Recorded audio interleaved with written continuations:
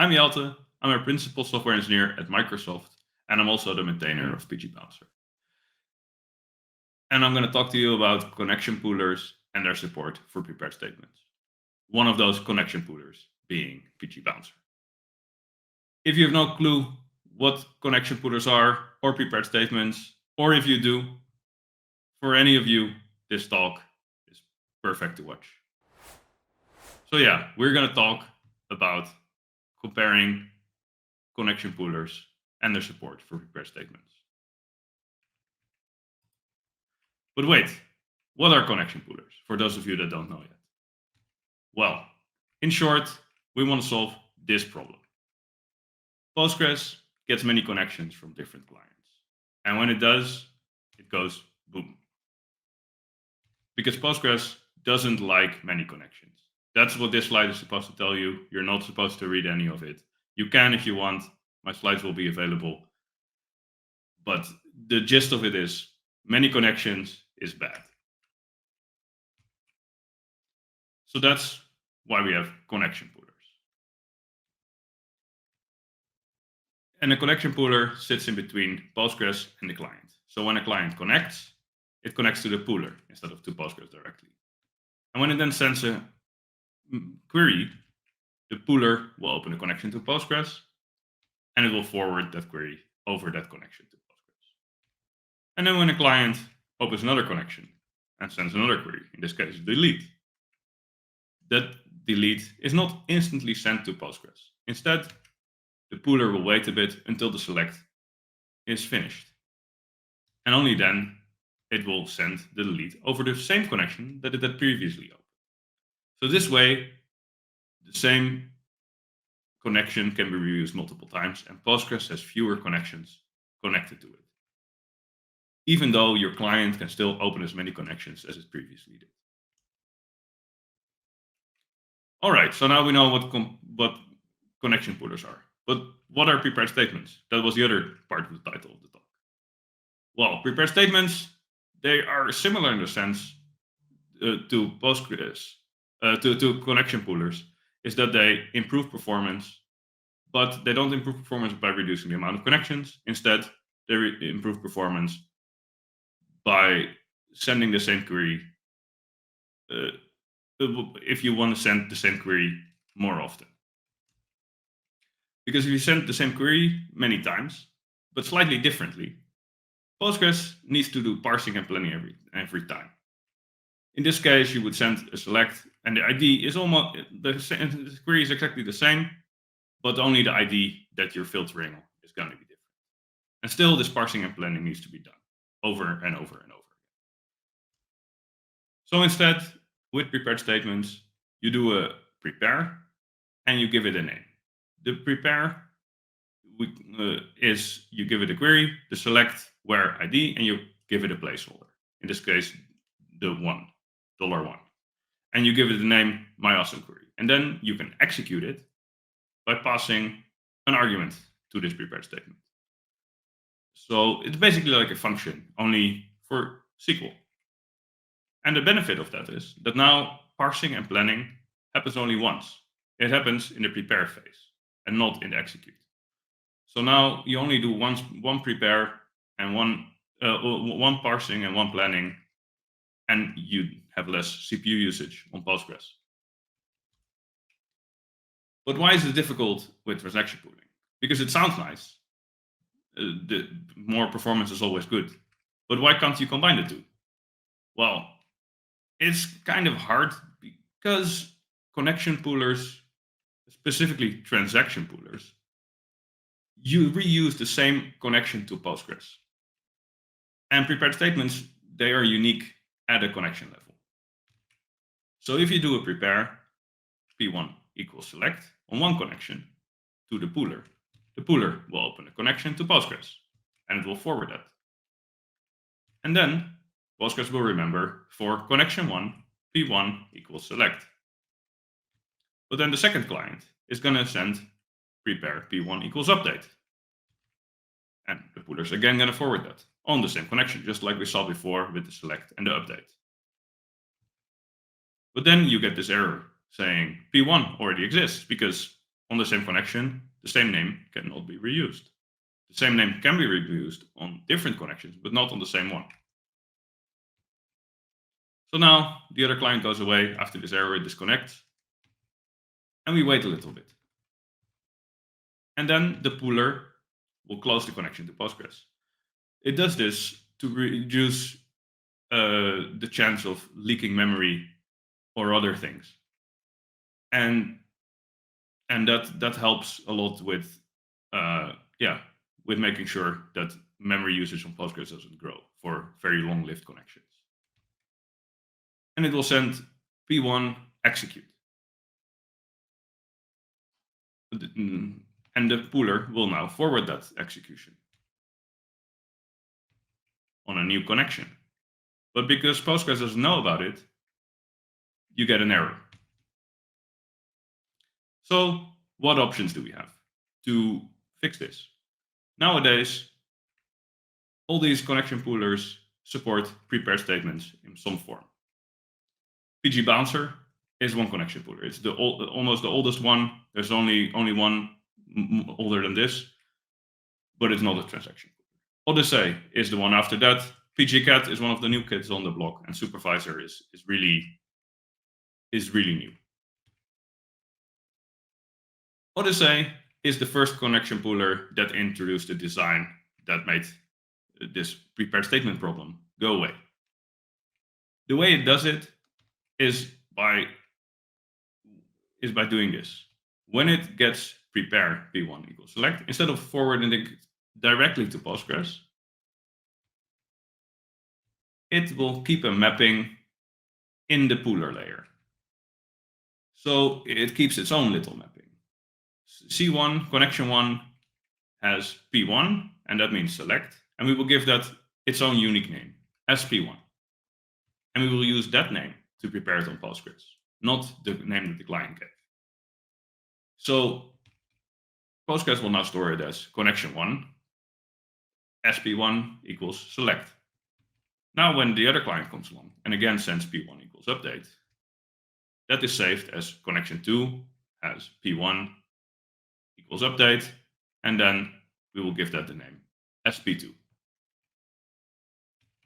And then we prepare sp2 update.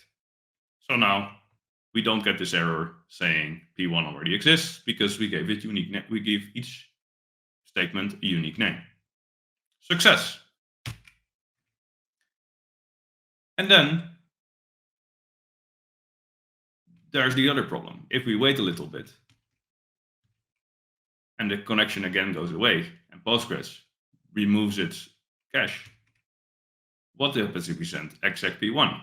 Well, Odyssey will open a new connection and it will forward prepare sp1 equals select. Instead of instantly forwarding exec p1, it will first prepare the statement that it needs to prepare for it to be able to execute p1. So now on connection 2 to Postgres, we have again sp1 equals select, even though the client never executed p1 equals select while this new server connection was created. And then only after it's created, exec sp1 is sent to the client, to Postgres. And again, success, no error this time. So now we have something that works, but we also want it to be fast. So let's try and optimize this a little bit. One huge optimization that can be done is reusing identical prepared statements across connections. And this is done by Odyssey and PgBouncer. The way this is implemented is by sending, again, prepare to Odyssey, and then storing that in Odyssey again, in the connection pooler, and then preparing it and sending it to Postgres. And then when a second client comes along, preparing the same query, possibly with a different name, instead of creating a whole new entry and a whole new unique identifier, instead this P2, which is the same query, the same select query as P1, it will link to the same identifier and the same query. This reduces memory in Odyssey, but it also reduces the amount of prepared statements that need to be prepared on the connection. And this is a problem that pgcat has. It will re-prepare every statement, even though it was already prepared, on every connection for every client, every time it needs to execute it. It thinks all prepared statements are unique. And that causes a lot of memory bloat because of this duplication of prepared statements. So there's another thing we need to talk about, which is protocol level versus SQL level prepared statement support. There's two ways of sending prepared statements to a client, to the server. One is using the parse, bind, and execute messages. Parse is basically prepare this SQL string and give it a name. Bind is these are the arguments, and execute actually executes the statement. And these happen at the protocol level. So they are part of the Postgres protocol. The SQL statements are instead prepare and execute. And you can just type them in pgadmin or psql and do prepare and then some query and give it like prepare some name and then a query and then execute. You can do the name and it will run that query. And these two different types of prepared statements, they're used for very different cases.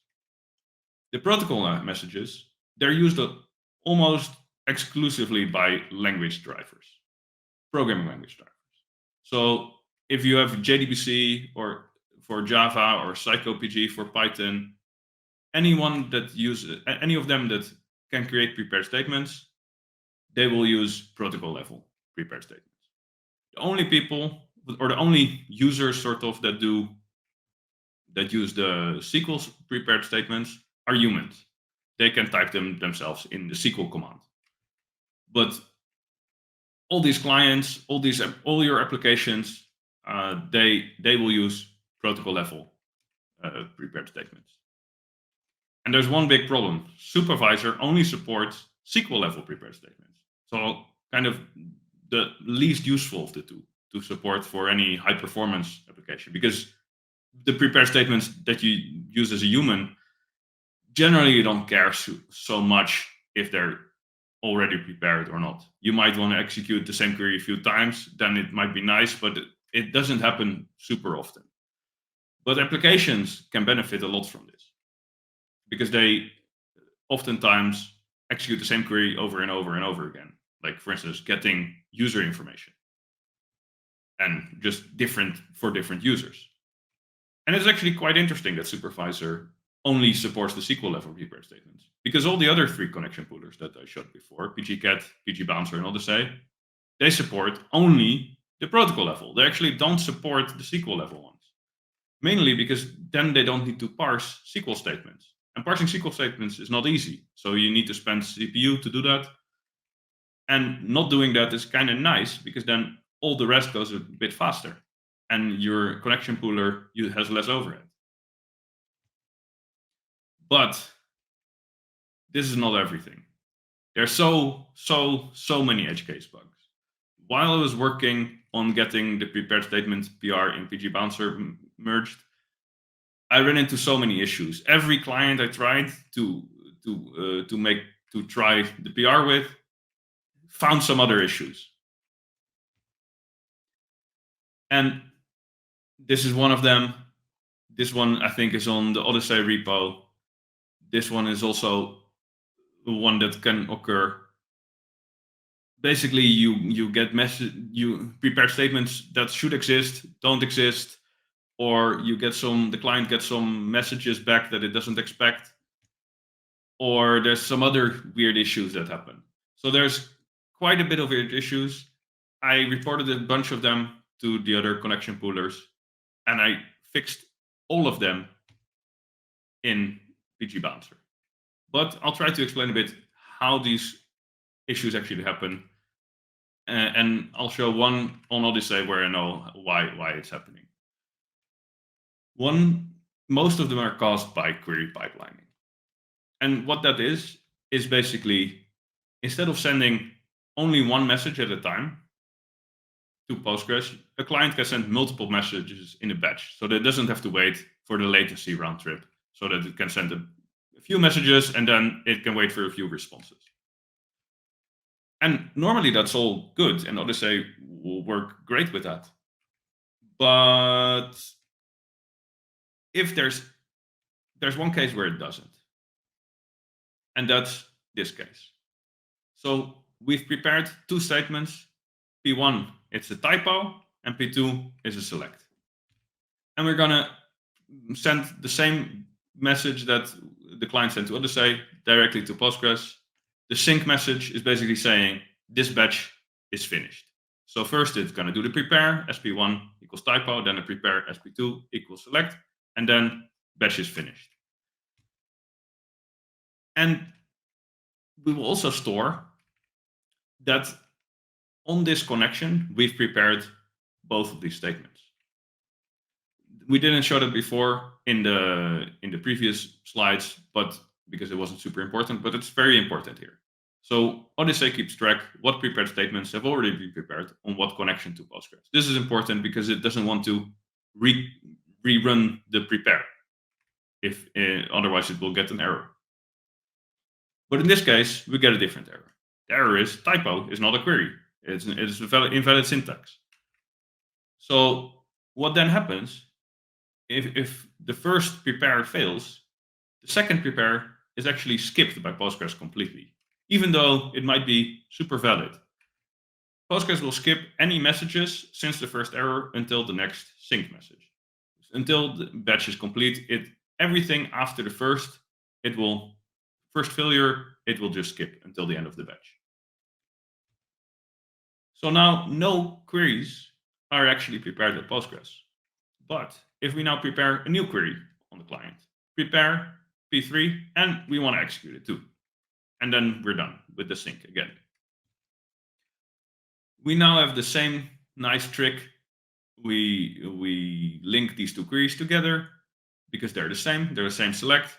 So P3 will get the same identifier as P2. And Odyssey thinks, well, SP2 is already prepared on this connection.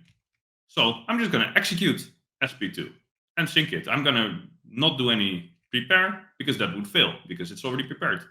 But Odyssey is wrong. It's not prepared. And Postgres says so. So these kind of errors are what you get. Like statements not being prepared when they should be, or the other way around.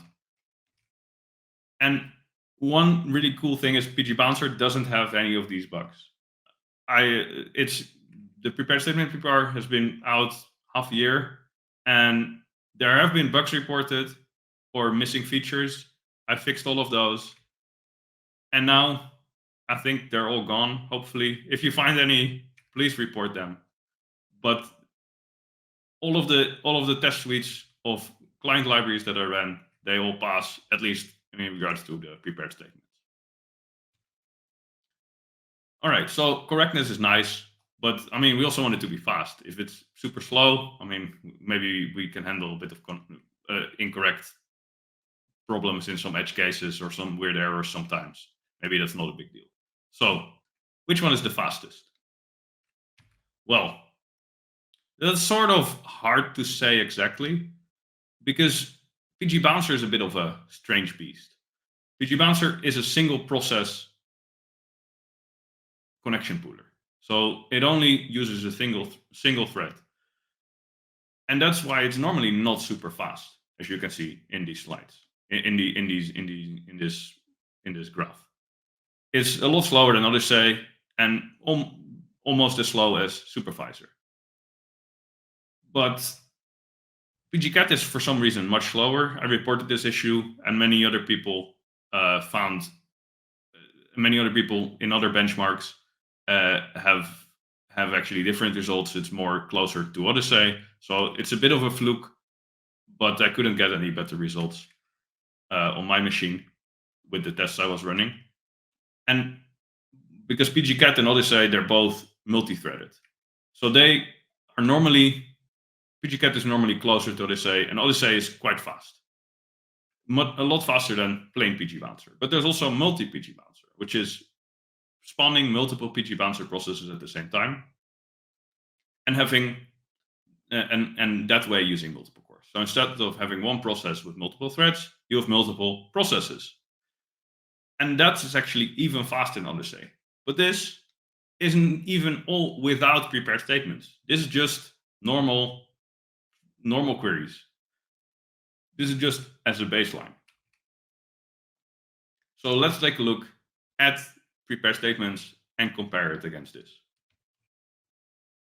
And you can see pgcat is now actually fast, sort of like we would expect, similar to Odyssey, a bit slower, but at least sort of in the same ballpark, not extremely slow. And in all of the cases, prepared statements are quite a bit faster than the normal not prepared statements. With plain PgBouncer, because it's so slow normally, it's actually really, really fast. It's more than twice as fast with prepared statements. And the multi-PgBouncer in Odyssey, they're 30, 25% roughly faster than the normal statements. So it's really good. But as you can see, if you have multiple PgBouncers, you can get the best performance with that. So, which pooler handles prepared statements best? Well, as always, it depends. If you can spend the effort to use multiple processes with PgBouncer, then that's a great choice. If not, Odyssey is probably fine. You might hit some rare errors, but in most cases, in sort of the happy path, you shouldn't. pgcat has some weird perf bugs, and the memory bloat for prepared statements is really not great. So I wouldn't recommend that if you want to use prepared statements in combination with a connection pooler. And Supavisor is really, it's not really a choice at this point. It's no client is using the SQL level prepared statement, so there's really no point in using it for prepared statement because it basically doesn't support them. All right, thank you for watching. Have a nice day.